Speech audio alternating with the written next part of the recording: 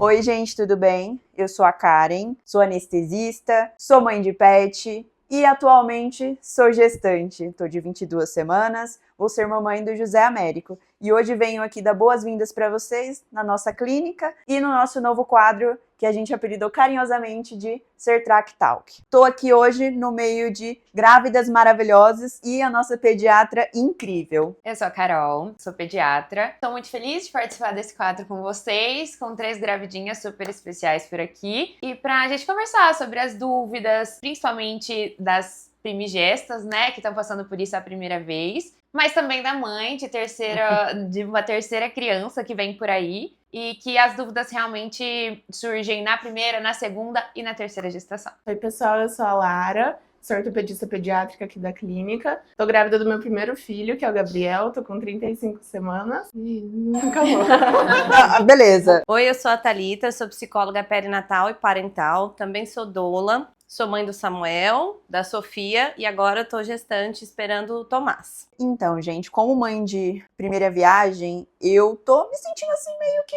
perdida. Porque função anestesista, ok. Função mãe de pet, ok. Função esposa, ok. Mas função gestante, a gente ainda fica meio assim. Função mãe, gente, será que eu vou dar conta de ser mãe?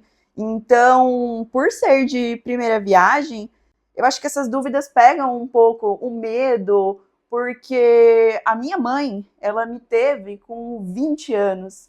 E assim, ela soube lidar tranquilamente. Eu já tô com 30 anos, é o meu primeiro filho.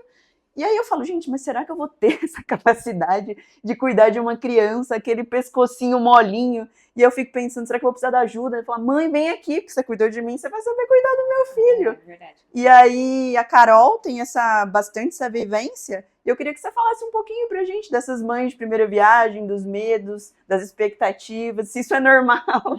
Com certeza é normal, né? Todas as mães vão passar por isso. É uma experiência nova e é um momento em que a mulher se descobre em uma nova versão. Então, realmente, você dá adeus para a versão que você era antes e vai se tornar uma nova versão. E isso é muito assustador em qualquer fase da nossa vida. Principalmente quando a gente está esperando um filho, né? Que é, assim, tão especial e um ciclo tão importante para a mulher e para a família inteira. Dá para sentir bastante isso, assim, no consultório, com todas as mães. As dúvidas, as inseguranças, o medo de fazer certo, o medo de estar errando. E eu sempre falo que, assim, quando o bebê nasce uma nova versão dela e ela nasce com um instinto muito forte de que ela sempre vai saber o que fazer. E isso é totalmente suficiente, porque não existe certo, não existe errado, não existe perfeição na maternidade, mas sim o que vai ser melhor para você e para o seu filho. É conseguir confiar em você mesmo e confiar de que você é capaz para fazer isso e você é capaz de cuidar do seu filho porque você tá nascendo de novo junto com ele. Então isso vai fazer total diferença. Então se lembrar disso todos os dias e se lembrar disso no momento que ele nascer, do seu instinto, da sua capacidade que vai nascer junto com você, já tranquiliza bastante, já vai te dar um norte gigantesco. Às vezes, mesmo em primeira viagem, mãe de primeira viagem, sem muita experiência, eu falo que as mães sabem, elas nascem com um instinto, nascem com uma sabedoria, nascem com uma ligação muito forte com o filho e que consegue escutar muito mais do que qualquer pessoa, muito mais do que sua mãe, muito mais do que qualquer um que possa se meter, né, na criação disso e dar palpites. Se tem alguém que vai saber o que fazer, é você. Então, na verdade, não existe, assim, o que fazer, o que não fazer, não existe certo ou errado. Lógico que tem orientações, mas você vai saber o que fazer. E confiar nisso torna tudo muito mais leve, porque o momento vai ser mais leve. Você se lembrar disso, se lembrar que você vai saber o que fazer, que dentro de você tem uma força e uma ligação muito grande com seu filho, que você vai escutar, vai entender, sem a gente nem conseguir explicar o porquê, faz tudo ficar mais tranquilo, com certeza. Acredito que é isso. Eu queria importante. complementar. Vamos! Eu sempre falo para todas as minhas pacientes que trazem essa angústia, porque eu acho que essa angústia chega no consultório da Carol, mas também chega no meu. Então, assim, eu sempre falo que você tem o melhor professor de maternidade do mundo, que é o seu bebê. Porque é ele que vai te ensinar o que ele precisa, o que ele quer, quando aquele chorinho é de fome, quando aquele chorinho é de sono, quando ele tá de fralda suja, quando ele tá manhoso, quando é por causa de uma vacina, quando é questão de doença que ficou com um resfriadinho, alguma coisa assim. Você vai aprendendo essas minúcias que a Carol tava falando no dia a dia. É no vínculo, né? E vínculo, gente, é uma coisa que a gente constrói. Então, assim, a partir do momento que você vê o positivo e você vê que você tá grávida, você começa a construir aquele vínculo.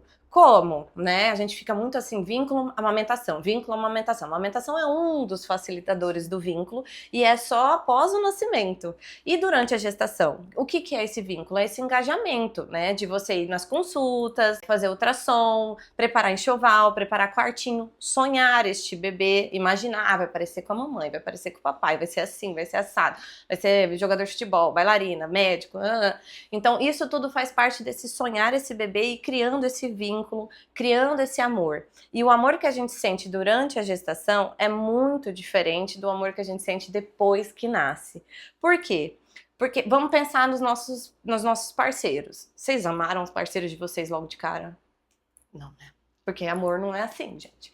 No máximo a gente se sentiu atraído, começou a conversar, foi conhecendo aquela pessoa e aí de paixão passou para amor. Por que seria diferente com o bebê? Gente, isso é uma das coisas que eu conversava com uma amiga minha, que eu falava assim, é normal, tipo, eu estar de 16 semanas e ainda não ter aquele, nossa, eu amo meu filho. Não, peraí, eu ainda tô entendendo o que tá rolando aqui dentro. Não é uma coisa que eu amo mais que tudo e, nossa, ela, não, calma, é normal. Porque aquele amor incondicional que eles vendem tanto, que nós mães vamos sentir, ele vem lá na frente, entendeu? Então, assim, hoje eu posso dizer pra vocês com toda certeza, o amor que eu sinto pelo meu primeiro filho é diferente que eu sinto pela segunda e é diferente pelo que eu sinto pelo terceiro. Porque o terceiro eu nem conheço ainda. Eu sei que eu vi na telinha do ultrassom, eu não sei se ele é parecido comigo, provavelmente não, seguindo aí, né, a linha vai ser a cara do pai também, o de vocês também, provavelmente.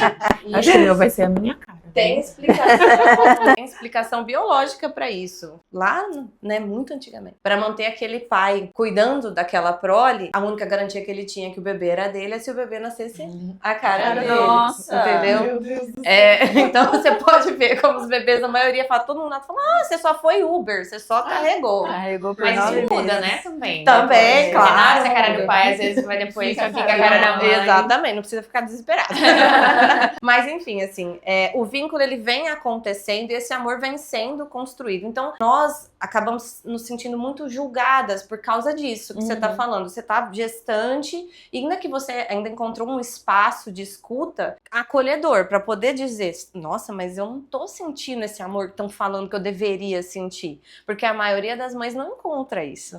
E aí ela tenta verbalizar alguma coisa, já cai pra um lugar do tipo, Julgamento. você não ama o seu bebê? Como assim? E aí começa a falar a história da outra que perdeu, que queria tanto, que você tem sorte. Gente, uma coisa não tem nada a ver com a outra, tá? A gente ama, só que o amor a gente vai construindo no dia a dia, no vínculo, e ele é completamente diferente. E esse bebê é nesse vínculo, é nesse dia a dia que a gente vai construindo e aprendendo ele. Então você vai aprender a ser mãe do José Américo. Você vai aprender a ser mãe do Gabriel. Quando vocês tentarem engravidar de novo, se quiserem, tudo mais, tiverem outro, a mesma mãe que vocês foram pro primeiro não vai ser a mãe que vocês vão ser pro segundo. Porque é outro filho, é outra criança.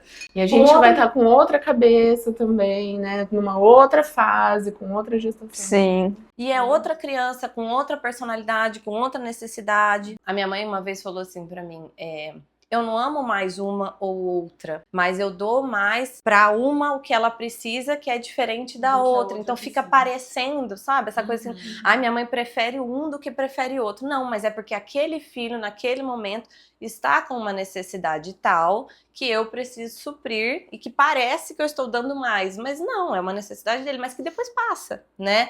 Então, o filho realmente é o nosso melhor professor e cada filho vai ensinar para nós um jeito de ser mãe. A diferença do primeiro, do segundo pro terceiro é que o primeiro você não sabe o caminho das pedras, entendeu? Exatamente. Você vai aprender coisas práticas do tipo melhor macacão ou melhor body e calça para dormir. essa marca de fralda é melhor ou essa? Essa pomada ou aquela? Esse lenço ou aquele? Amamento ou dou fórmula? Ou dou mista? Faço BLW ou faço Tradicional. tradicional? Entendeu? Então, assim, é ali que você vai A testando. gente descobre que ser médica nessas horas não Não, ajuda não muita coisa. serve pra Não nada. ajuda nada. É literalmente em casa de ferreiro, espelho de pau. Se aplica. E o meu Instagram, o meu TikTok, ele tá tudo viciado em coisa de bebê. Maternidade. Será que eu compro Comotomo ou a Vente? Será que eu pego a câmera, a babá eletrônica que tem IA, que me diz supostamente o porquê que o meu bebê tá chorando? Porque eu vou olhar a criança chorando e eu já vou colocar o peito na boca dela, porque pra mim todo choro vai ser de fome, até eu entender o que realmente tá pegando. É bem possível. Gente, A extratora eu vou de leite, será que eu preciso realmente comprar? Inclusive, depois você precisa me dar. Será que eu preciso realmente comprar a melhor que tem, a mais cara? Ou será que eu guardo um pouco, poupo esse dinheiro? Investe em outra coisa E mais investe em outra útil, coisa. Será que você coloca um protetor de berço lindo, cheio de edredom, de travesseiros, gente? Ou será que não? Essa é uma das coisas que eu não tô fazendo, que eu tô até me estranhando. Não sei se a Lara já montou o quartinho do neném completo, porque eu olho assim, primeiro que eu não tenho nada.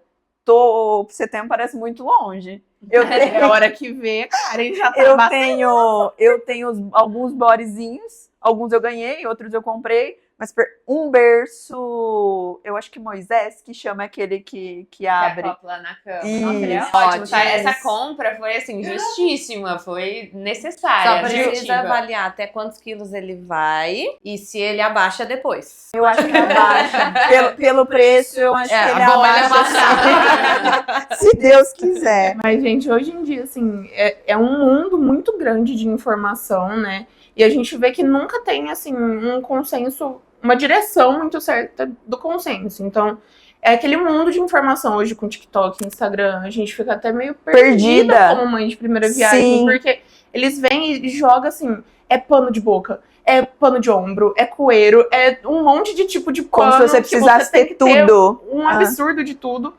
E esse tipo de coisa, extratora, bomba extratora, tem a bomba da mais cara possível, tem a bomba da mais barata possível.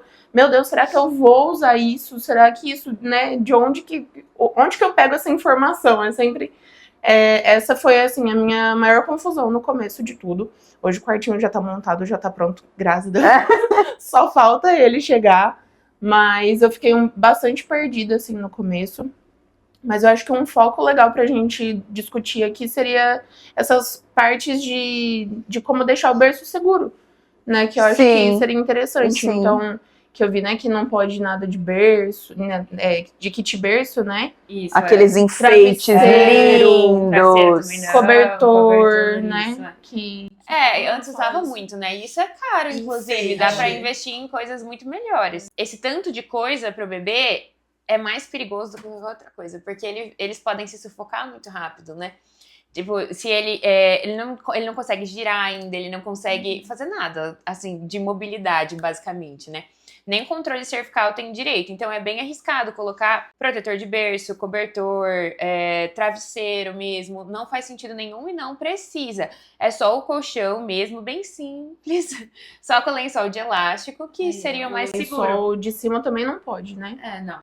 Não É recomendado, né? Não é Sim, recomendado. exato, não é recomendado. O ninho pode? Depende, assim,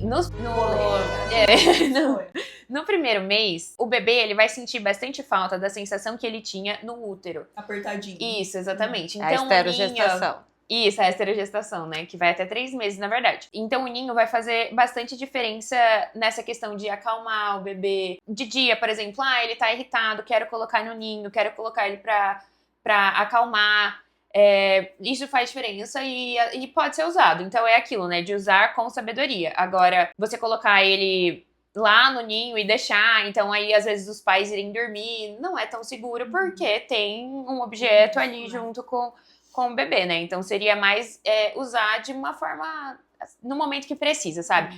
Se você sabe usar os produtos, não vai minimizar os riscos, então tudo isso tem que ser avaliado, assim como a cama compartilhada. Tem família que por mais orientação que a gente dê, não faça, tem risco da mãe, né, do pai ir por cima. Mas tem família que opta por fazer, e tudo bem. É isso que eu falo, que não existe certo ou errado. Se a família se sente bem assim, se ela fica feliz com aquilo, se sente segura em fazer, ok. Nesse caso, o ninho é o mais recomendado para fazer a cama compartilhada, porque vai proteger o bebê no caso dos pais, né? Então, nesse caso, o ninho seria útil. Há 7 anos atrás, o modelo de ninho que eu tinha, ele era um colchãozinho e é almofadado nas laterais. Ele parece um caixote de almofadado, né?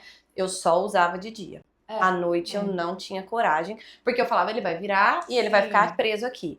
Na segunda gestação, eu mudei o modelo de ninho. É aquele ninho que ele parece uma almofada, no meio ele é só um tecido e ele é todo... Igual a gente vê eles fazerem com a toalha, sabe? Que eles fazem com a toalha de banho. Só que é um ninho pronto desse estilo. Então, eu colocava ela ali no meio e ela ficava abraçada, mas o pescoço... não ficava coberta, né? Se ela virasse, não ia ter nada que ia... Então, esse aí eu senti segurança de colocar. Mas foi, assim, 2 meses de uso. Por quê? Primeiro mês, berço portátil, porque primeiro filho, quarto completo. Segundo filho, berço portátil. Terceiro, não tem, ele tem um guarda-roupa. Meu filho tem um guarda-roupa. Eu tô sentindo que eu já tô no terceiro. Talvez haja aí alguma experiência que você foi absorver da vida. Exato. Uma prática. Exato. Porque é isso também que eu ia falar. Você tá falando bastante de certo, errado.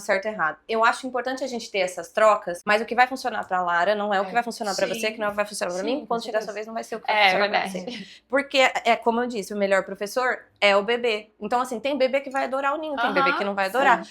Eu lembro que os meus filhos, eles gostam muito da cama compartilhada. Eu tinha uma amiga que a nenê dela dormiu 1000 vezes melhor quando ela botou no quarto dela, no bercinho dela e fechou a porta.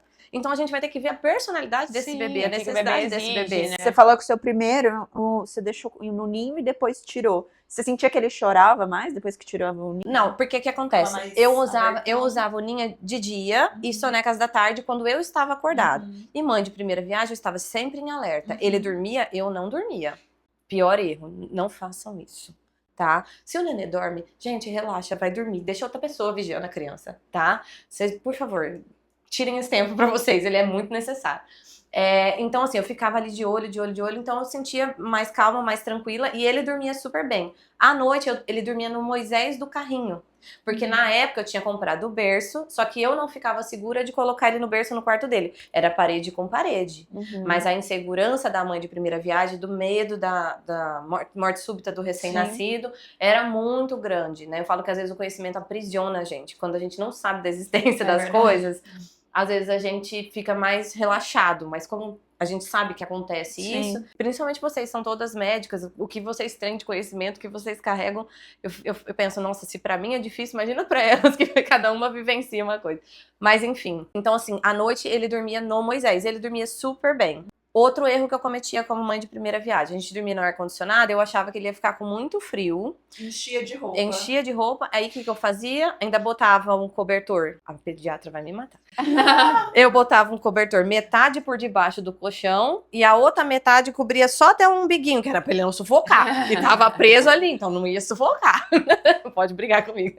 Mas assim, era a única forma que eu encontrava. E o menino acordava suando, não às vezes tinha dá até temperatura de febre. Acha que tá com febre, leva pro hospital, aí faz exame. Nossa, pega muito isso. Super aquecimento. 1 milhão de vezes é roupa. Porque aí a gente lê que tem que botar um body, a calça, aí você põe um casaquinho, aí você põe a luva. Hoje não usa mais luva em neném, gente. Mas isso era uma coisa também de bem... De antigamente, né? Mas eu te juro que há 7 anos atrás ainda era assim. Nossa, ainda recebia essa os avós ficam, não, mas a mão tá geladinha, mas tá pra ficar quentinho. E a touquinha. E aí dá temperatura de febre mesmo. E aí, na verdade, é calor. Tô chocada.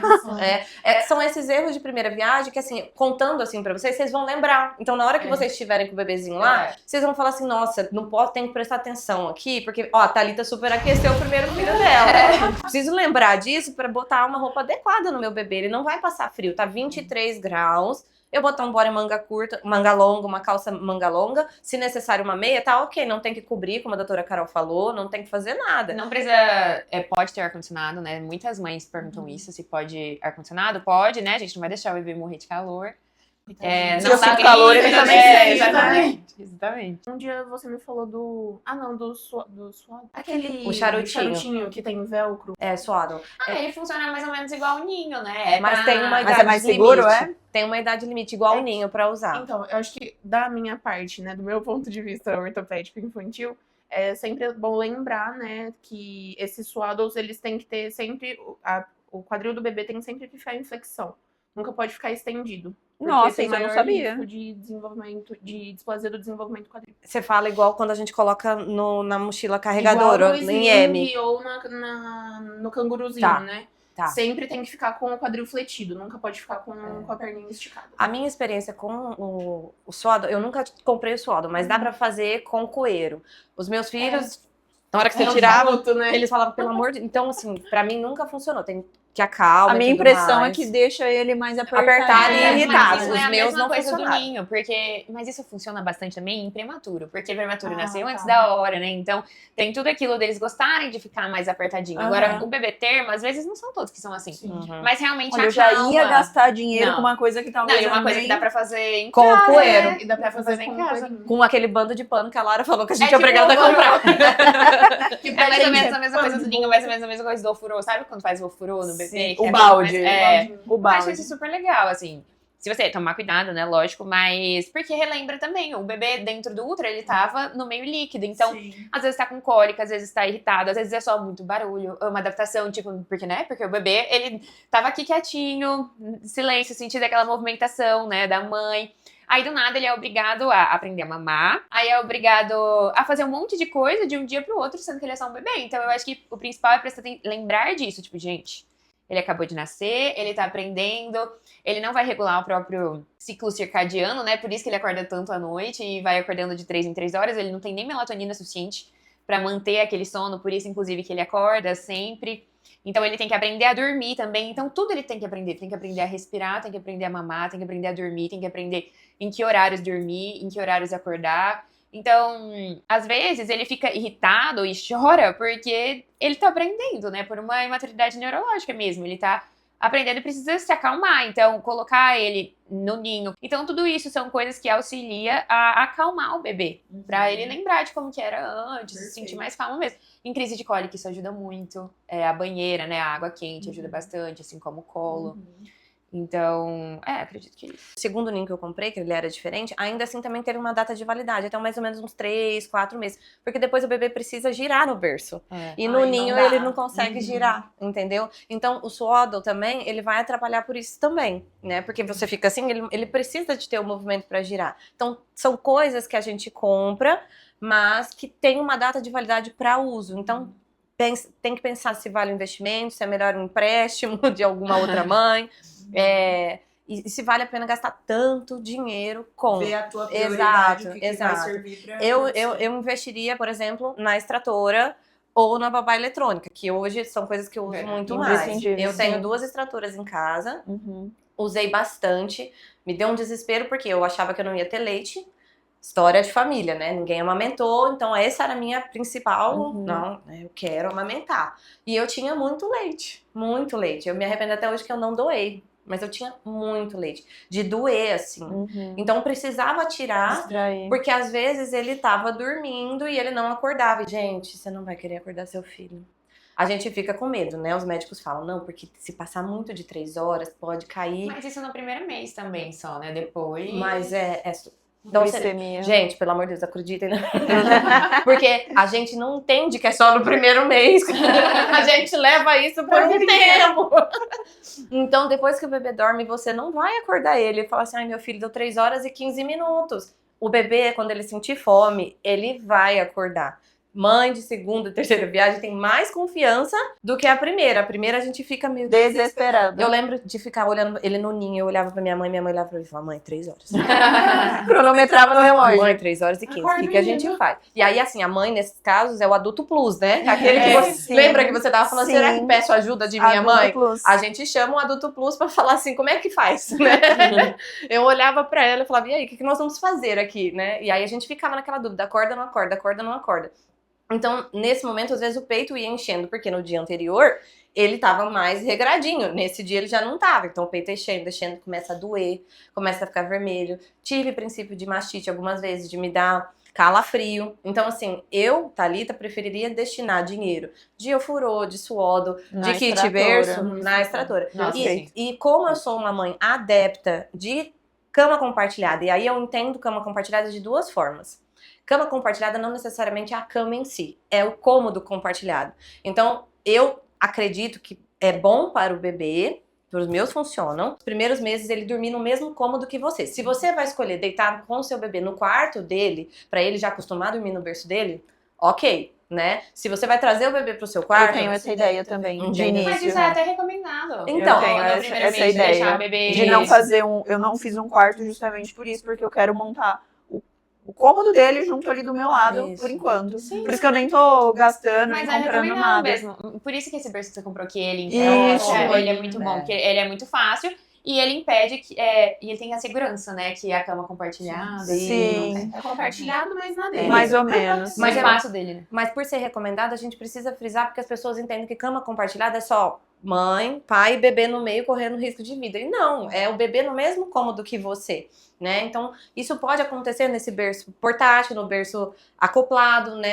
Tem gente que coloca o próprio berço mesmo e depois leva pro cômodo do bebê, não interessa. O que interessa é você estar ali perto O que do faz bebê. mais sentido pra tua rotina, né? Exato. Entendeu? Então, Uhum. assim, eu sou muito adepta disso, funciona. Então, dessa vez agora, como eu disse pra vocês, o meu terceiro tem um guarda-roupa e ele vai usar o mesmo berço portátil que vem sendo usado pelos irmãos, porque funciona pra mim, ele é prático, ele é compacto, se eu precisar levar pra casa de outras pessoas, eu consigo levar. E assim, hoje também outra coisa que eu faria diferente é o carrinho. Eu comprei eu chamo de carrinho Transformers. Ele era Travel System. Ainda roda tripla, daquela assim, de quem corre. Olha o meu shape de quem corre. Mas por que você se arrepende? Porque hoje em dia, o que eu percebo? Eu comprei uma marca muito boa, que aguenta até 22 quilos, inclusive, que a ABNT permite só até 15, mas a marca é alemã, então vai até 22 e tudo mais. Só que aquele carrinho... Sem propaganda de marca, mas que marca a gente tá ABC falando? Design. Eu adoro essa marca, Uhum. excelente qualidade. Samuel usou, Sofia está usando, Tomás usará. Mas o que acontece? É bebê conforto, acopla no carrinho. Você tira, coloca o Ah, é Moisés. esse que eu quero. Você tira, coloca coisa. Só que na hora de fechar, não cabia. Era tipo as rodas no porta-mala e o carrinho lá na frente. Então, mas hoje tem alguns bem Os de forçamentos leves, compactos, você faz exatamente. assim, eles... Exatamente. Aí você vai O que eu assim. vou escolher, inclusive, eu peguei, porque como a gente pretende viajar com o bebê, assim, cedo, é que caiba de mala de mão no avião. Porta-mala. Exato, pra não ter Seja que fácil, colocar, despachar e me chegar com o meu carrinho todo amassado e riscado. Na Então época, foi uma das escolhas. Na época que eu fiz o enxoval, o compacto era o fechamento guarda-chuva. Vocês conhecem esse fechamento? Olha lá, tá vendo? Tô me sentindo extremamente jurássica aqui. É aquele carrinho, principalmente o light da Kiko, que você ele fecha em pé, então ele fica de comprido. É o fechamento guarda-chuva que eles falam. Era o mais compacto que tinha e eu não queria, porque o carrinho era quase que um paninho só, Tá, entendeu? Então não tinha conforto. Então eu optei por esse carrinho maior, que é o Salsa 3, que oferece todo esse conforto pro meu filho. Qual que era a dificuldade? O fechamento dele não era compacto. Hoje eles já conseguem fazer de um jeito que o mesmo assento que é Moisés é depois do carrinho. Isso. E ele fecha tão pequenininho e tem conforto. Naquela época, não. E hoje eu me arrependo do quê? Do bebê conforto. Porque ele só vai até 13 ou 15 quilos, que dá uma média aí, dependendo do seu bebê, 1 ano e meio. Mais ou menos isso. Aí tem que trocar pra... E aí você tem que trocar pela cadeirinha. E aí, por exemplo, a ABC Design, ela vende a base Isofix separada. Então você me compra um carrinho Travel System de mais de 3 mil reais e ainda tem que pagar R$1.000 na base de Isofix. Isso Entendeu? daí, o que me fez pensar um pouco para pagar esse investimento é, exemplo, tô com meu filho no carro, filho dormiu. Vou tirar a criança de dentro do carrinho, a criança vai acordar, ou vou tirar o bebê e levar pra dentro da minha casa e deixar ele terminar de Foi dormir? essa a minha ilusão. Pergunta pra doutora se pode deixar o nenê dormir no bebê conforto. Não, então, teoricamente Você não mas pode, é você não, aquilo. você não pode deixar ele dormir Exato, eternamente, mas até ele terminar aquele É, ciclo e eu outra, posso. uma soneca, né? É, Depende. Uma depende. soneca de dia e tudo bem. Porque Agora, na minha cabeça veio aquele cenário. Filho esgoelando, vou passear de carro. Filho dormiu. Vou acordá-lo? Não, Não, deixa ele terminar a sonequinha dele. Exato, se for uma soneca, ok, mas Depois se eu for te- o sono Ah, não, noturno. não, mas Porque aí- eu tinha uma não, mas- amiga, eu é. tinha uma amiga que o bebê dela não dormia de jeito nenhum. Ela botava o bebê no carro e ia andar dentro do condomínio até o bebê dormir. Pensa. Não, aí. É. Você entende onde eu quero chegar? O meu pensamento pra escolher o meu O meu carro- foi é, esse também. é esse. Só que eu senti agora, nesse momento, que não funcionou. Não Vamos ver funcionou. como vai ser a sua experiência. Isso. Entendeu? Mas a minha ideia, quando eu comprei, foi exatamente igual a sua. E não. Pra mim, não funcionou. Entendi. Não funcionou, Entendi. entendeu? Uhum. Eu uso até hoje, porque me comprometi, foi Sim, caro, né? sim. Então usei com um, Sim. vou usar com todos os outros, o bendito do bebê conforto. Mas a minha bebê tá com 1 ano e 3 meses. Ela já tá na cadeirinha 0,36, ó. Então, assim, antes de completar 1 ano, eu já tirei do bebê conforto. Entendi. E aí é muito. Pra mim, Thalita, era muito pesado erguer ela maiorzinha. Quando é pequenininho, 5, 6, 7 quilos, você ainda consegue erguer e acoplar no carrinho. Depois eu já não conseguia mais, entendeu? Entendi. Então eu fui sentindo essas dificuldades. Uhum. O raciocínio que eu tive é exatamente igual ao seu. A vivência me contou uma coisa diferente. Uhum. Mas de novo, qual é a tua vivência? necessidade. Talvez daqui a um ano você venha e fale assim, nossa, pra mim funcionou muito, deu super certo, entendeu? Uhum. Mas eu hoje optaria por um carrinho mais novo, como o que vocês estão falando, que ele é fechamento compacto, ainda é tudo em um, mas diferente. Não é que nem o meu que você tem que tirar, pôr, porque no fim das contas eu comprei outro carrinho. Eu tenho 2. Ai, tá O de ótimo. fechamento compacto. Eu tenho uma última pergunta pra doutora Carol, que é uma coisa que eu ando pensando muito e discutindo bastante com meu marido, que eu acho que é uma das dúvidas de mães de primeira viagem. Visitas / bronquiolite, ou versus bronquiolite. Quando que é seguro? O que eu posso permitir? Quem eu posso permitir? Com que medidas? Que eu tenho bastante receio, bastante medo pela nossa vivência, né? De hospital e o que a gente vê. Conta um pouquinho pra gente. Acredito que visitas hoje não usa mais, né? Isso de, nasceu o bebê, vamos todo mundo lá, deixar a casa cheia e todo mundo conhecer o bebê. Isso tem que ser muito respeitado, porque, nossa, inclusive, esses dias alguém me falou que uma amiga falou pra amiga que não queria visita, assim, acabou de nascer o bebê, não queria, e a amiga achou ruim, assim, não entendeu. E realmente, gente, mas é que pra gente que vive tanto com doença, convive tanto com vírus, é muito natural você pensar que nasceu um bebê e que você não vai visitar, que você não vai relar a mão na mãozinha, que você não vai pedir pra pegar. Lógico, Não vai beijar. Importante. lógico que, assim, avós, né, parentes próximos, é difícil exigir isso, exigir que não visite, assim. Então, o que eu sempre recomendo é álcool em gel antes de pegar no colo, usar a máscara, mesmo que assintomático. Às vezes tira a máscara, tira uma foto sem a máscara, mas depois coloca de novo, porque enquanto você tá falando, você tá eliminando o vírus, né? Às vezes a pessoa nem sabe que Exatamente, tá. tá assintomática.